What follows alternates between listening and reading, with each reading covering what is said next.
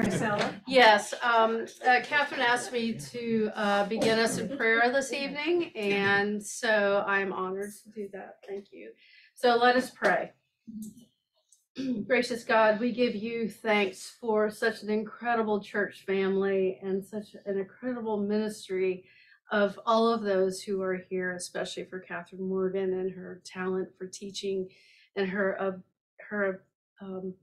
love of beauty. And we give you thanks for all of the blessings that you have bestowed upon us. May this time with Kathryn and all of us together help to further your kingdom as we welcome our blessed Savior into the world. All this we ask through Christ Jesus. Amen. Amen. Good evening and welcome. Last week, the title of our session, if it needed a title, was Three Annunciations.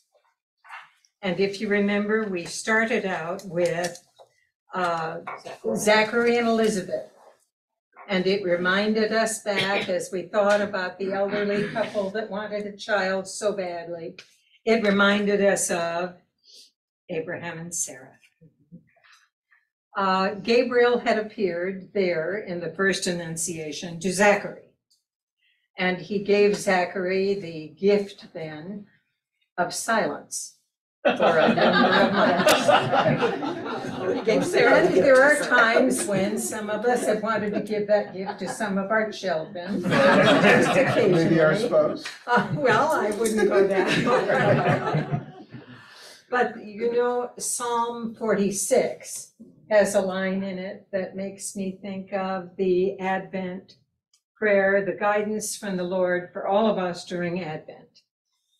Be still and know that I am God. We will talk tonight about the historic Jesus.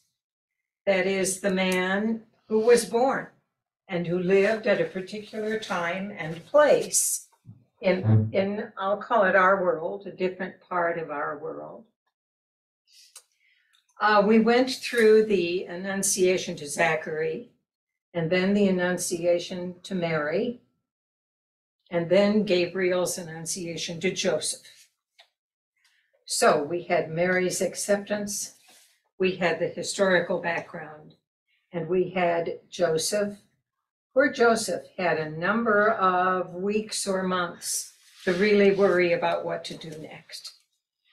And he learned that it really was the Son of God.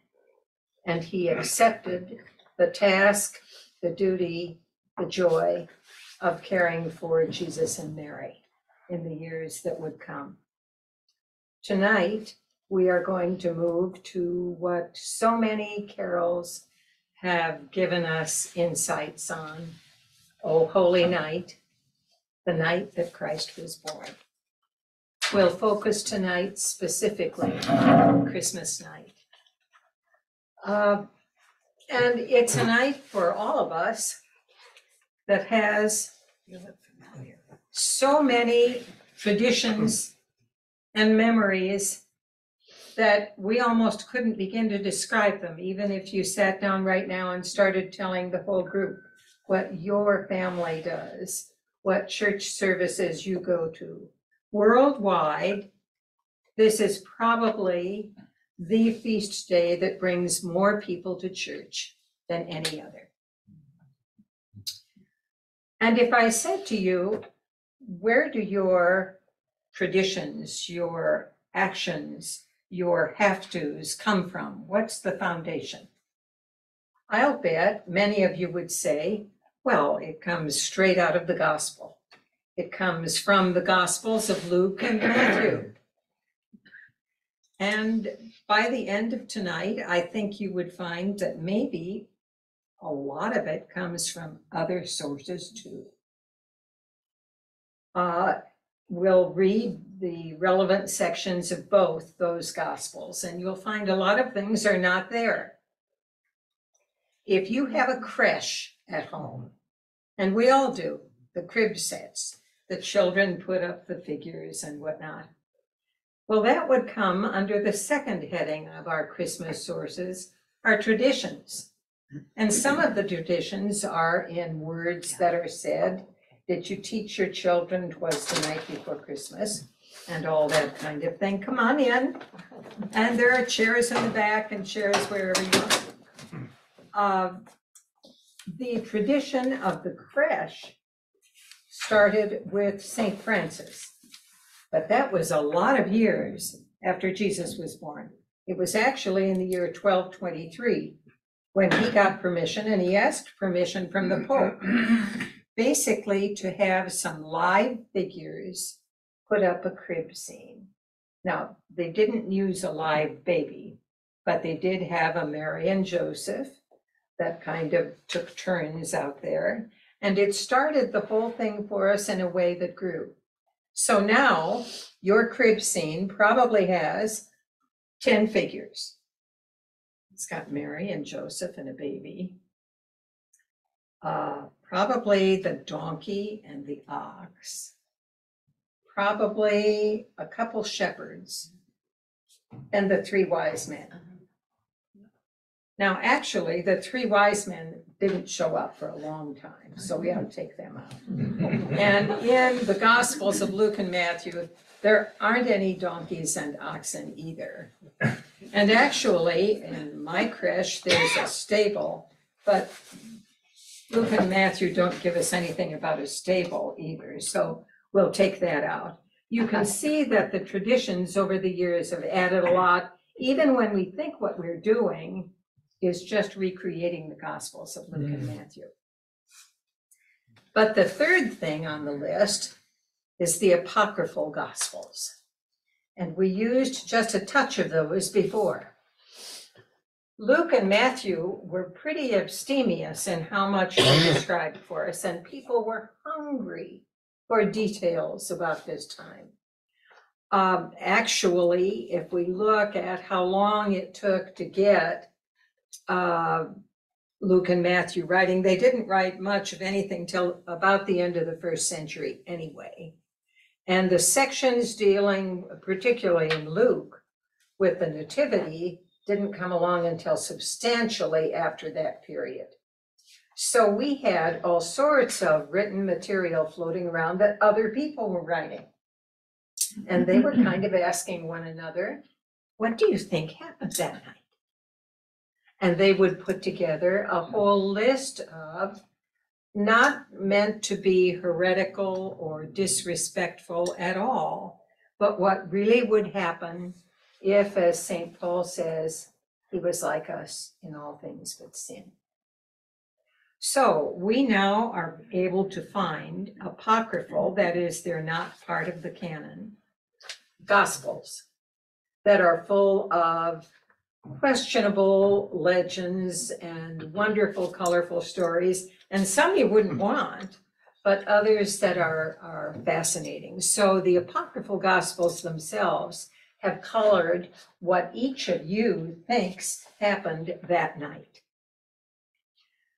If we look at something like, well, let's just take the painting that's up here right now. You'll see Joseph kind of in the middle there. Mary looks kind of young. We think Mary was 14, 15, maybe as old as 16, no older. And Joseph is constantly portrayed as having a long white beard. That whole story of Joseph being a widower with a large family before they were ever married, there isn't a single word about that in Luke or Matthew. And as a matter of fact, if he had been a widower with a large family, it would have been so significant that it would have been put in somewhere. So you can at least question yourself about that. But that fact of Joseph being portrayed for you as an elderly man, you'll find from painter to painter. So it became a given in the way we picture the nativity scene. The fourth item on our list is art. How lucky we are that now we're into the Italian Renaissance with John Hussion's painting here. John and Judy, thank you for bringing it up to share it with us. But those painters had never been to Israel. They didn't know what Israel looked like. They didn't know what the people looked like. And they got their understanding of what happened around the Nativity the same way everybody else did, from a combination of the Gospels of Luke and Matthew and all sorts of traditions and the apocryphal Gospels, because we will begin to see indications in their work of the other legends surrounding the birth of Jesus. This is from the Italian Renaissance time. The oldest one we will see tonight is from an illuminated manuscript from the 1200s. And we'll go back there and discover that part of our understanding of what happened the night of the Nativity is that Mary gave birth in a house with midwives to help her. And midwives absolutely were in use by about the time that Christ was born. Absolutely. It was, we use kind of a glorified title for that. It's just one step up from women helping one another at the time of childbirth. And that's what you would have done. The neighbors would have come to help you. Your family would have come to help you. But we'll find that there are midwives in some of these things. The fifth item that gives you part of your understanding is music. And you could say, oh, I can't sing a note. I don't believe you, by the way. But music itself has contributed to your understanding amazingly, amazingly. It gives us not only facts that we might not otherwise have had, but it also gives us some of the emotions that we feel at this miraculous time. In terms of the facts, I find I'm thinking of We Three Kings. We Three Kings, the words of that particular hymn, all by themselves, give you the number of kings. By the way, that's not in the Gospels. It gives you the gifts they bring. It gives you what they did, what they followed. Music throughout, and it can be everything from Handel's Messiah to very contemporary things. There's a wonderful contemporary hymn by John Rutter that we'll probably hear at church. Oh, I can't imagine Christmas without music. Finally, in our lifetimes, that recently, the scripture study and the archaeological study has really changed our perception of what that area looked like, what really happened. We now have documents related to our beliefs that weren't available to us until 100 years ago. And they're still going on. The other day we were watching a class and I had gone to get a drink of lemonade or something, and Tom said, look, at the university that is paying for this archaeology was the University of Nebraska. I happen to have a degree from Nebraska, so go Big Red. All right, so for me and for you, the Gospels of Luke and Matthew just start what you understand for Christmas. All right, the first thing I would say to you now is, what do we know about the when and the where? Well, in both Luke and Matthew, we know that Jesus was born when Herod was king. And thanks to very good historical information, we know that that was between the years of 37 and 4 BC. And we know that Jesus had to have been born a little before Herod died because of things that we'll talk about later. So we're going to say that Jesus was born in about 6 BC. Where was Jesus born?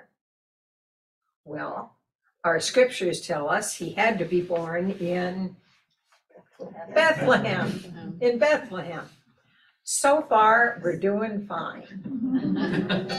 All right, when Luke and Matthew began to write their work, we're talking about, let's give them the benefit of a doubt and say about 70 AD. They both had a copy of the Gospel of Mark. But Mark doesn't talk about the nativity at all. The other gospel writers start us out with basically the baptism of Jesus. So Mark wasn't going to be a help, although they could use Mark for what happens later, and they did, with somewhere between 40 and 50% of what's in their gospels came from Mark. All right, so they both got Mark, but they weren't writing together.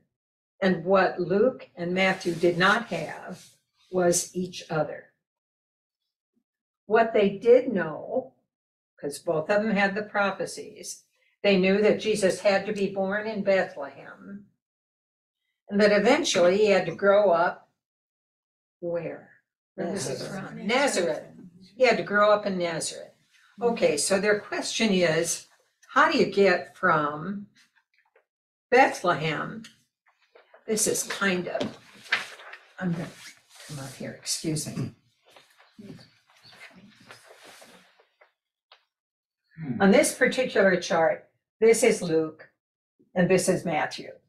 Now, both of them know that Jesus was born in Bethlehem. Here's Jerusalem and Bethlehem.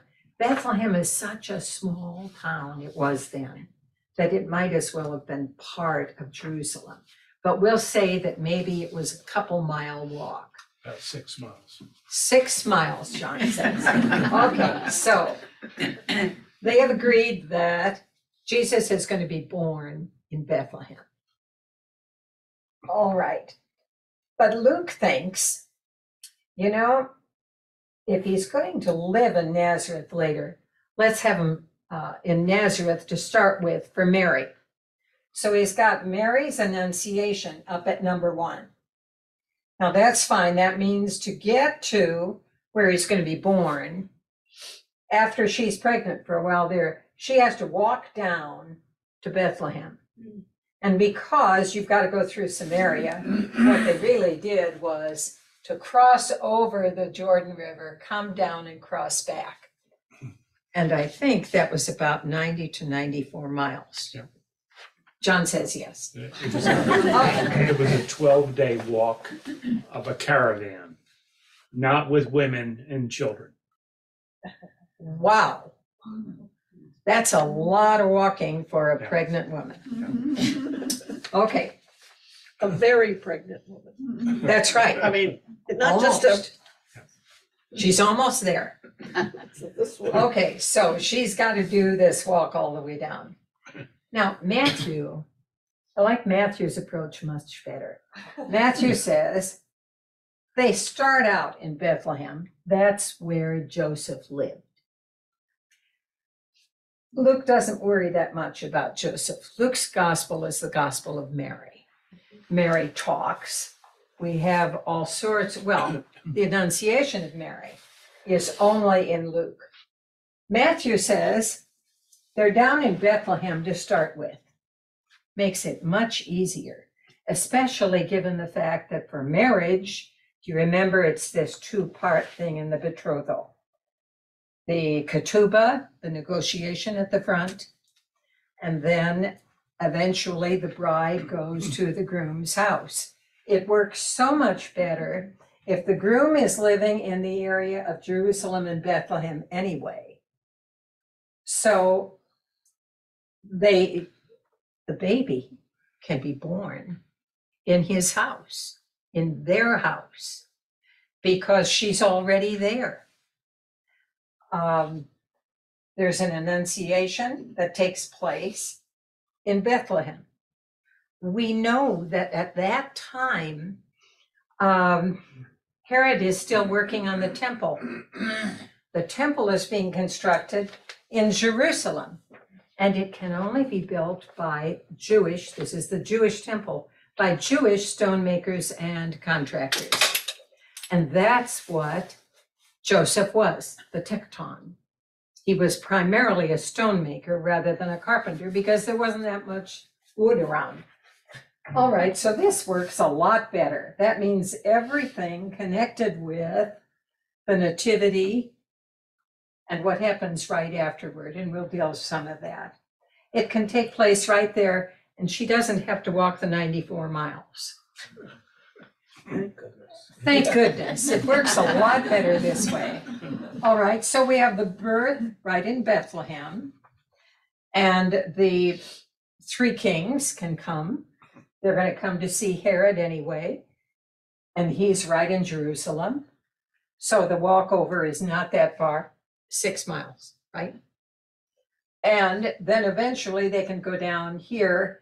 It's when they come back that they go back up in Matthew's view to live in Nazareth. Now, I can tell you, I grew up in Omaha. I was born in Wisconsin, but you don't really care where I was born. So somebody could call me an Omaha girl, and that would be right. They wouldn't call me a Wisconsin person. So Jesus can still be a Nazarene, having gone back up after Egypt. All right. So now we have already somewhat changed your outlook on what happens on Christmas night. But you say about all that beautiful stuff, like art that shows us a stable. Now remember, the stable per se is not mentioned in either Luke or Matthew. A manger is mentioned, and the manger is where the food for the animals was put. All right, John.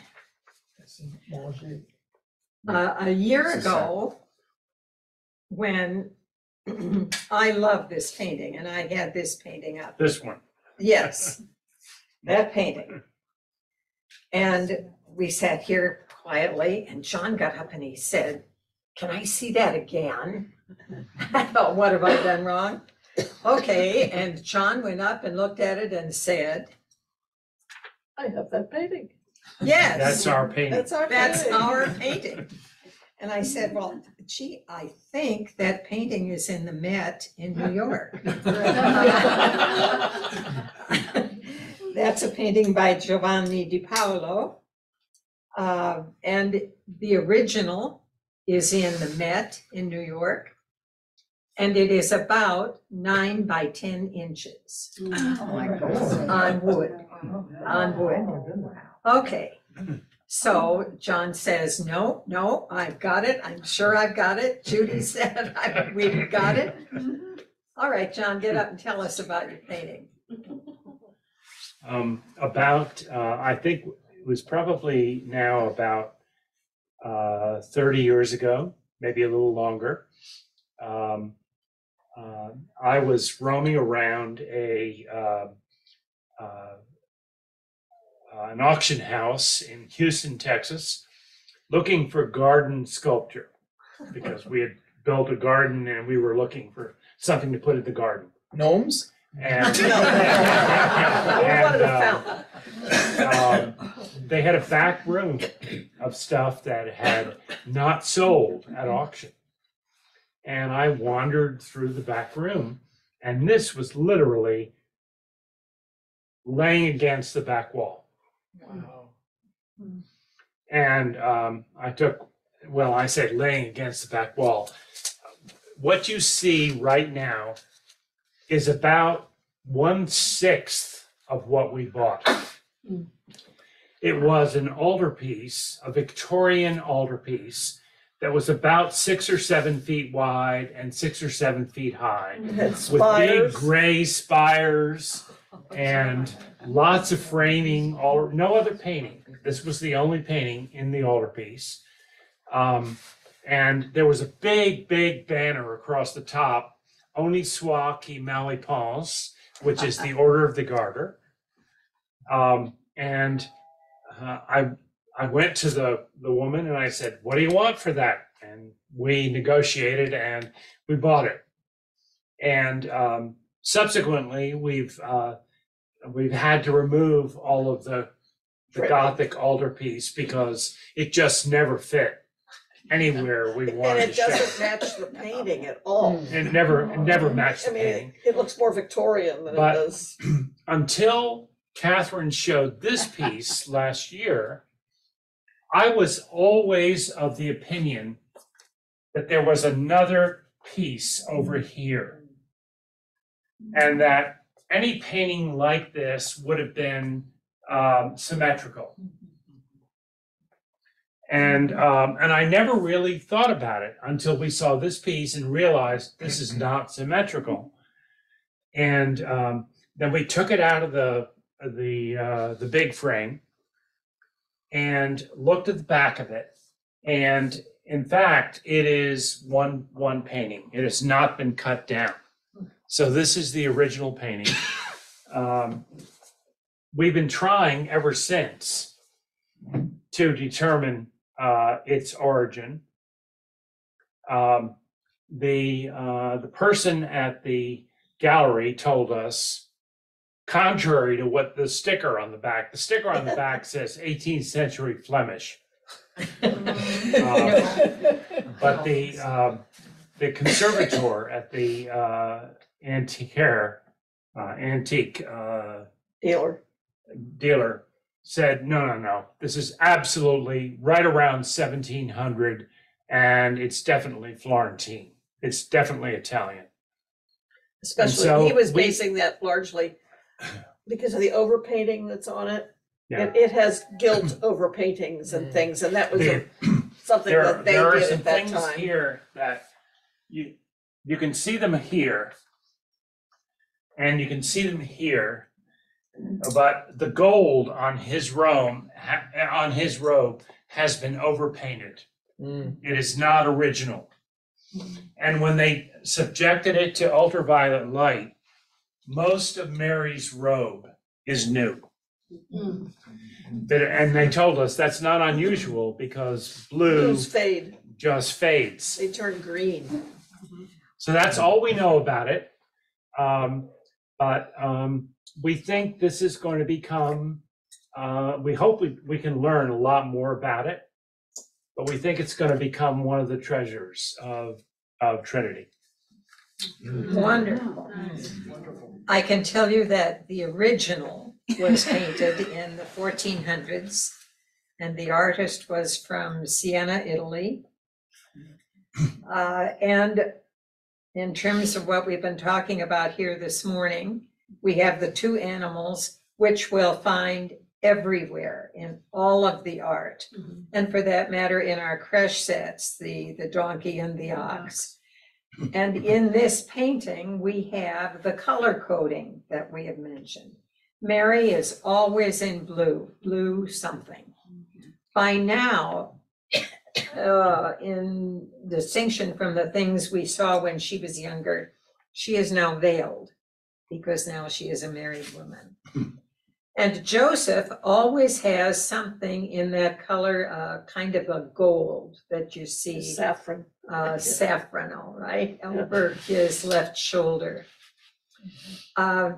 We're going to come back to this when we talk about the three kings themselves, but one of the things about this painting is that it attempts to show them in a stable. What is a stable? Well, a stable is a separate building for livestock. But if we think of a stable today, we're liable to think of it as having horses. And horses have the separate compartments and whatnot. They didn't really know what the stable looked like. So they kind of showed this sort of wicker-like thing, which is the manger. And the one thing that we hear in Luke and Matthew is that when Mary had the baby, she wrapped him in swaddling clothes and put him in a manger. The manger was where the food for the livestock was. And that is true for centuries to come. So we will see mangers in various other examples of art, except for this one, where they have the baby lying on the ground. Now, the reason that we have this one here is that there was a very strong belief in the apocryphal Gospels that Jesus was born in a cave, not a stable, but a cave. I'm told that if you go, I have not seen the main Nativity Cathedral in Jerusalem, like a cave. Bethlehem. But if you go down far enough, it is supposedly over a cave that Jesus was born in. And there are some stories about that. This one comes from the Gospel of James. They were coming near Bethlehem and were at the marker for 3 miles when Joseph noticed that Mary was very unhappy. So he said to himself, maybe the baby is painful to her. But when he looked again, she was laughing happily. And they began to ride further down toward Bethlehem. But she said to Joseph, take me down from the donkey. I can feel my baby struggling to be born. Joseph replied, but we are surrounded by desert here. And Mary said, help me down, for the baby is struggling even harder. Joseph took her down from the donkey and said, but where can I take you so that you can have some privacy? Noticing a nearby cave, he helped Mary into it and told his 2 sons to guard the entrance while he himself went on toward Bethlehem to find a Hebrew midwife. And now the voice changes and Joseph speaks. As I, Joseph, walked toward Bethlehem, I ceased to be moving. Looking up into the sky, I saw the astonished clouds come to a halt, the sun no longer moving. Birds stopped in mid-flight. I looked down again and saw workmen near the road seeming to eat their lunch. Some had their hands on the dish, some lifted food toward their mouths, but they did not move. Some had their hands lifted toward their heads, but their hands were immobile, while their faces were uplifted. I saw sheep on the nearby hills, none of them moving. All stood perfectly still. A shepherd had raised his hand to swat at one of them, but his hand remained frozen in place. When I looked toward the stream, there were goats with mouths open in the water about to drink, but they did not drink, for they were still. Then suddenly, motion began again. I noticed a woman coming down from the hills who came up to me and asked, where are you going? I'm heading into Bethlehem to find a Hebrew midwife. Are you a man of Israel? She asked. Yes, I replied. Where is the woman who is about to give birth? I answered, in that cave back along the road. She is my fiancée. She's not your wife? The midwife asked. Joseph replied, her name is Mary. She was raised in the temple, in God's temple, and by sacred chance, she came to be under my protection. She conceived through the Holy Spirit. Is that so? Asked the midwife. Come along and see, said Joseph. Accompanied by the midwife, Joseph returned to the cave, where a cloud of brilliant light shone from inside. Today my soul is strengthened, said the midwife, for I've seen incredible things. Salvation has come to Israel.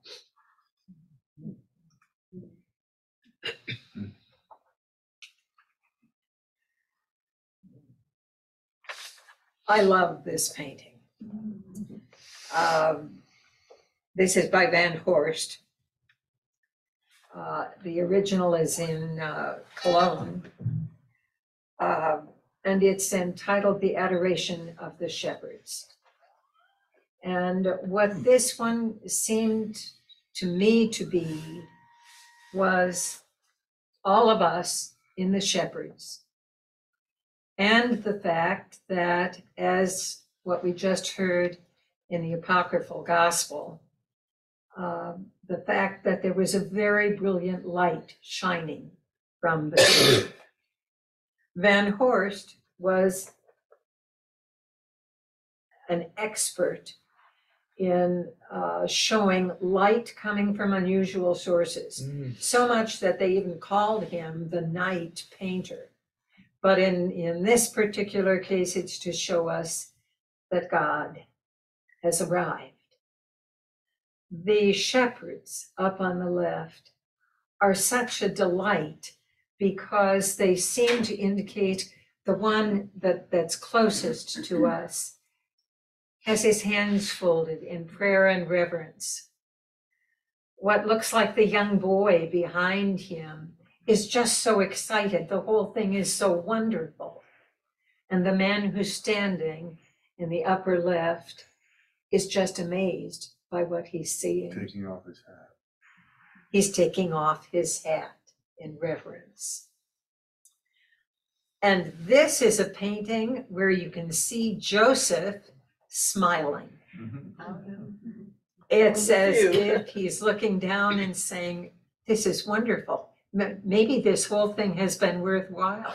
Leaning on the cow. Leaning on that ox.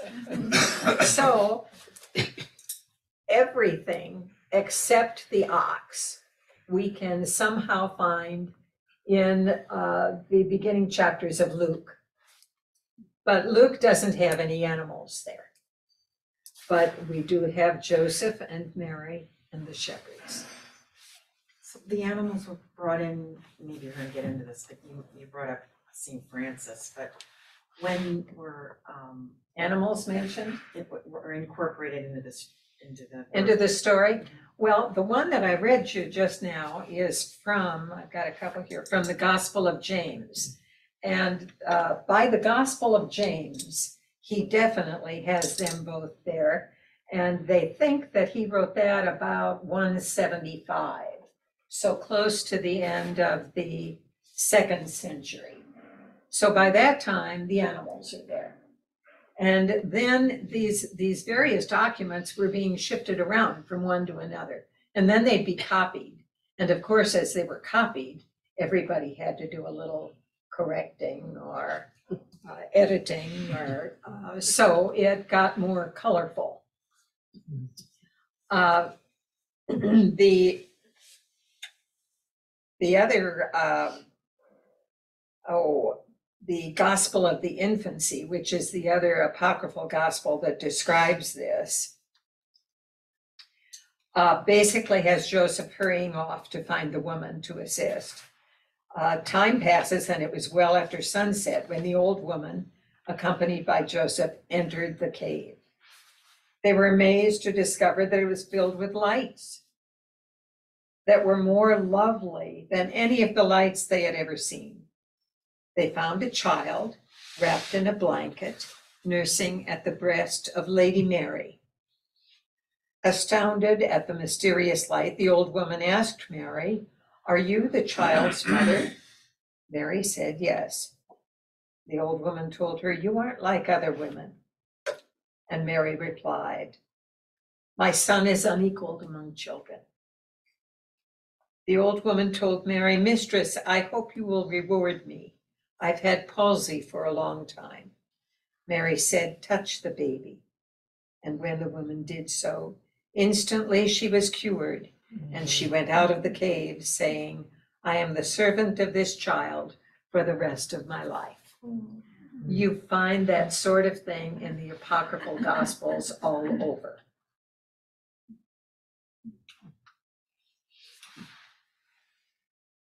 All right, we have looked at a birth that took place in the area of the stable and in the cave.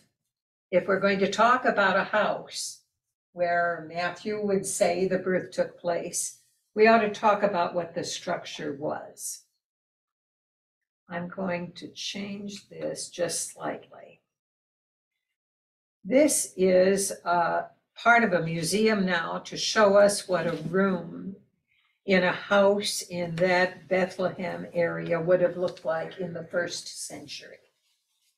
And what you see is that there's virtually no wood unless it's a support in the ceiling. And what we basically have making the walls are very large stones that are covered over with mud. There is no furniture in the house. They didn't have furniture the way we often picture it. But the basic room, and it was a one-room setup here, would have one end where it was built up, the way you see on kind of a step on the left-hand side here. And it was in that raised area where they might have spread things to eat, although they ate a lot and did a lot in the other areas of what I'll call the house. But this is what it would have looked like inside. Now let's go back. Now, we've got a drawing of a house here that makes it look far too neat. But this is the way it would have been structured roughly at that time.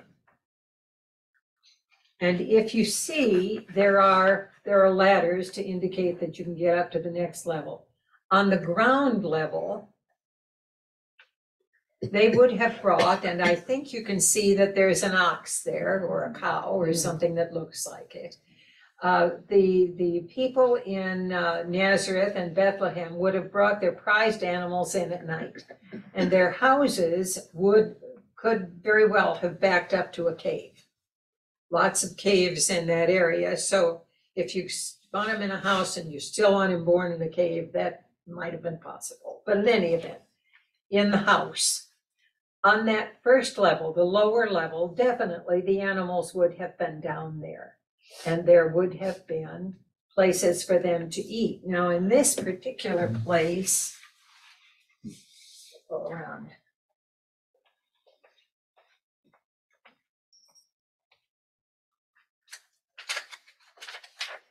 This level, the lowest level, was not the height of a full story. So it was high enough for animals to get down in the back, but they could have turned around and there could have been a manger or something right there. The thing about a manger is it was not necessarily square like this on the bottom. It was tilted. And there was a reason for that. You want the food to be able to slide down to one side so the animals can get everything there. And if you've got liquid there, and many of these things were stone and still exist, they found a number of them. You want them to be able to get at it there. There's a 2nd century book talking about helping women in childbirth. And one of the places that's recommended for them to put the baby is in a manger, because if you've got it tilted down, the child is safe. Can't roll out, it's firmly in place. All right, so this is kind of a standard sort of house. Over at the side, you would have, and these are a little large, but you'd have 2 areas where they could store things. They could store food, liquid, oils, etc. The main room of the house where they would live is up here. It's that it's up kind of half a story up, and it's one large room. A number of the houses, actually, this looks so neat, it's almost a shame it does. They also used the roofs. The roofs were flat, but it would be cool to sleep there at night. Now, the room is this room, which was big. That's where they did everything. You know where it says there was no room in the inn? It doesn't mean hotel. The Greek word was kataluma, which really meant more like a large room. And when it comes time later in the Gospels for the disciples to go and find a place where there can be the Last Supper served, that's the word that's used. Jesus says to them, go looking for the cot. Is there room in a kataluma? Is that the room? It doesn't mean, would you go to the nearest Hampton Inn. It means do you have room in your large room? There was a very strong feeling among society that hospitality was part of what made a good Jew good. And if you even remember thinking all the way back to Abraham and Sarah when we looked at that story the other day, and the three strangers show up, and they go out to kill a very prized animal and make fresh bread. The last thing that anyone in the small town of Bethlehem would have done is say to a pregnant woman about to give birth, sorry, go find someplace else. On top of which, way back when we looked at where the various towns were, if you can remember from a week ago, do you remember where Elizabeth and Zachary lived? Because remember, he was a priest in the temple. They lived in Jerusalem or one of the nearby suburbs. So they would have had relatives right there. And Joseph himself was of that area's family background. There are all sorts of people who could have taken them in. So I'm feeling much more positive about where Mary gave birth. Now, the trouble with artists, and at this point, this is Bob, they had no idea what the houses looked like. So they ended up saying, well, she had to give birth here, and if maybe this is what a house looked like in Israel. I don't think so. But what I think might come closest to giving us a feeling of what things felt like then is to look at the manuscripts from that period of time. This is an illuminated manuscript from the 14th century. And if you see there, we have Mary. We know it's Mary because, of course, she's in blue. And we have two midwives down below. They're bathing the baby after the birth. And then we have Joseph there in the corner. Little old guy. The little old guy. So lively and quick. Yes. So sorry, Joseph. That isn't what you look like, but that's what one of the Gospels thought you did. And the animals were at the top again. Oh, yes, and here are the animals again. So that's true. Where are they? There they are. They're eating. They're Okay. eating, From the yes. manger. From the manger. In the manger, they have put the baby in that. That's right. All right. This is the last. And it is such a wonderful combination of everything. This is a 13th century manuscript. And what we have there, obviously we have Mary at the top. And the angel Gabriel is off to the right of Mary. That's Mary agreeing. On the left-hand top corner, we have Isaiah saying that a virgin shall conceive. On the left in the middle, we have King David with the harp and the Psalms.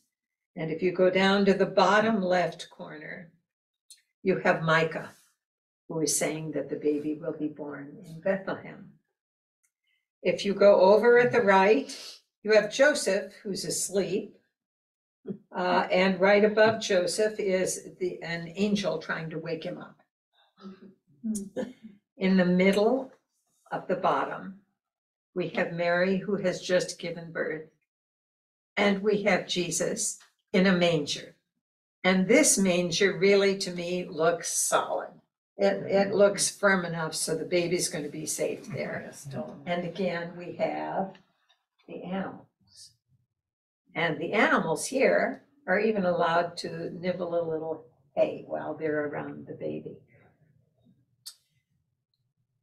My friends, I want to take you back where we started. We enrich our own understanding by taking part, reading, attending performances, thinking, listening to all these things. In the days and weeks ahead, we're going to be able to attend a Christmas concert here.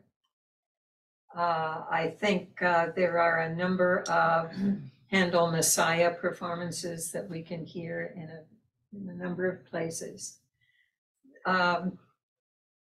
There is wonderful literature that we can take part in, ranging from, and it doesn't have to go all along just with the Gospels of Luke and Matthew.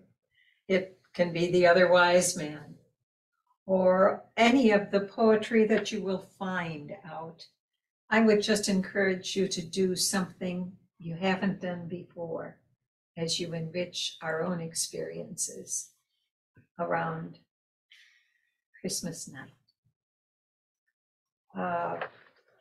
Mother Marcella, would you close us in prayer? Thank you. Let us pray.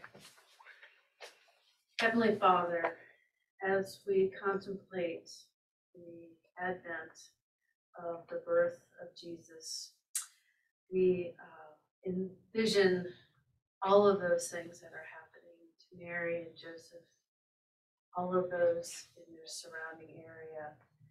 We pray that all of the colors and the feelings and the music and aromas enrich us as we are enveloped in the wonder of Jesus. May we continue to move forward as we approach Christmas with joy and expectation. All of this we ask in Christ's name. Amen. Kathryn, bravo.